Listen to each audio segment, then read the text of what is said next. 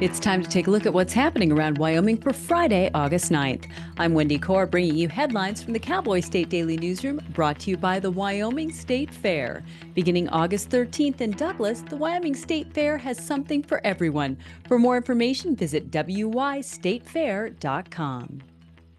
A Cody newspaper reporter resigned Friday after a reporter at a nearby newspaper exposed his apparent use of artificial intelligence in his reporting.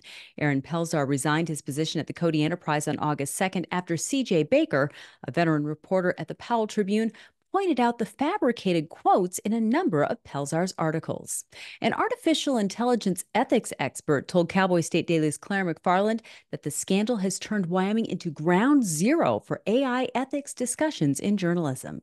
County 10 has been using AI. And what they basically do is they'll plug a recording into the AI system. It spits out a transcript of the recording and a summary, pointing out what it believes are building blocks for stories. So I pointed that out to the AI expert, Alex Mahadavan. He called County 10's method ethical and a reflection of something AI actually can do. And the Cody Enterprise reporter, Aaron Pelzar's method, he said, it's not ethical and it also reflects an AI weakness. Chris Bacon, editor of the Cody Enterprise, said he's still trying to figure out how many of the quotes were fabricated in Pelzar's stories. He said he's traced fabricated quotes as far back as July 8th so far, but is still searching. The campaign arm of the Wyoming Freedom Caucus has returned a $25,000 donation made to it by the Crook County Republican Party. Cowboy State Daily's Leah Wolfson reports that the move comes after Ogden Driscoll filed a complaint and requested a state investigation into it. Wyoming law states that political parties cannot give to candidates during the primary election.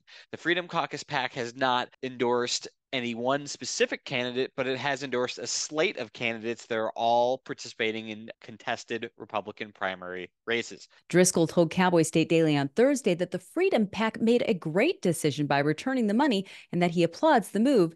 He considers the donation unethical at best. The parent group of several rural electricity cooperatives operating in Wyoming has reached a major milestone in a complex energy transition plan that it hopes will hold the line on wholesale power rates, with a boost coming from a growing supply of green energy. Cowboy State Daily's Pat Mayo reports that Colorado-based Tri-State Generation and Transmission Association, a supplier of electricity to cooperatives across the western U.S., has launched a new power buying program to help keep the lid on rates. The program called Bring Your Own Resources. The concept is to be able to tamp down on some of the rising power costs in rural Wyoming. And you're looking at a couple thousands of members who get the power rolled to them over the transmission lines. Tri-State is optimistic that its new power buying program that relies on green power will keep wholesale rates in check.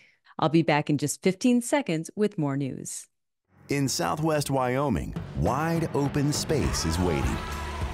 This is how we explore it. In Rock Springs and Green River, Wyoming. Plan your adventure at explorewy.com.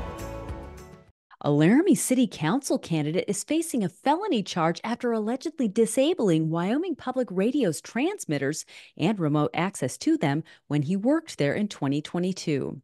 Paul Montoya, who's running for one of the two open council seats for Ward 1 in Laramie, is facing one felony charge of committing crimes against computer users, according to Cowboy State Daily's Leah Wolfson. I spoke to Laramie Vice Mayor and City Council Mayor Sheridan Diary, who is also running against Montoya. She said that in this instance, Montoya sought revenge and was very concerning in his actions, especially when considering that it knocked the station off the air and that the station airs emergency alerts such as Amber Alerts and weather notices as well. And she thought it was very disturbing that he negatively affected the whole state with his actions. Based on the dates of the candidate filing period, Montoya would have had to file his campaign on the day of his arrest or in the days immediately afterward. Elk hunters in Wyoming, as well as Montana, Idaho, and Oregon, are finding themselves in a frustrating quandary. In many places, there's more elk now than at any time in living memory, but getting to them can seem impossible, reports Cowboy State Daily's Mark Hines.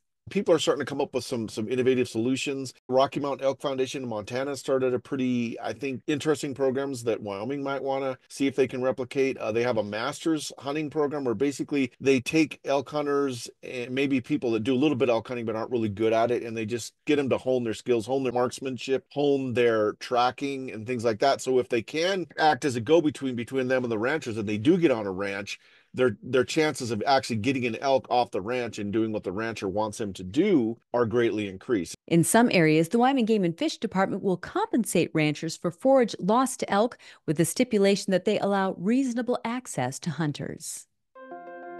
And in 1877, General Philip Sheridan marched from Fort Brown to the site of General George Armstrong Custer's fateful downfall at the Little Bighorn.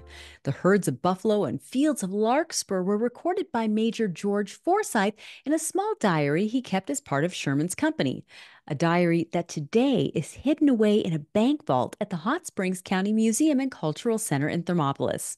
Cowboy State Daily's Jackie Dorothy actually transcribed Major Forsyth's diary for the museum. Not only did it detail all of the beauty that we saw, the 4,000 buffalo, but it also, the fact that it's preserved here in Wyoming. It's an amazing story in itself. This journal survived a fire. The museum was actually burnt down shortly after they obtained the diary. And I don't know if it's my imagination or if I want it to be, but when you pick up that diary, you can actually see little soot marks around the edge. The plain brown journal detailing the trip was on its way to the Smithsonian in 1960 when Charlotte Lance of Pennsylvania, who'd inherited the journal from her husband, decided it belonged in Wyoming instead. And that's today's news. For a deeper dive into the people and issues that affect Wyoming, check out The Roundup, conversations with the most interesting people in the Cowboy State. A new episode drops tomorrow when I have a conversation with longtime Wyoming Cowboys broadcaster Kevin McKinney. You can find the link on our website, on our YouTube channel, and wherever you get your podcasts. And of course, you'll find it in our free daily email newsletter. Thanks for tuning in. I'm Wendy Corr for Cowboy State Daily.